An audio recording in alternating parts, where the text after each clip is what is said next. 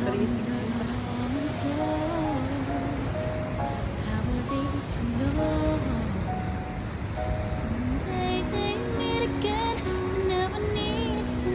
O diba, after nung magtrabaho kayo, mag-aano ka, dito na lang kayo pumunta para mag-unwind, para mag-cool down. She's back in his life, and it feels so right. Maybe this time love won't end. O, yung mga sinasabi niya sa akin, yun.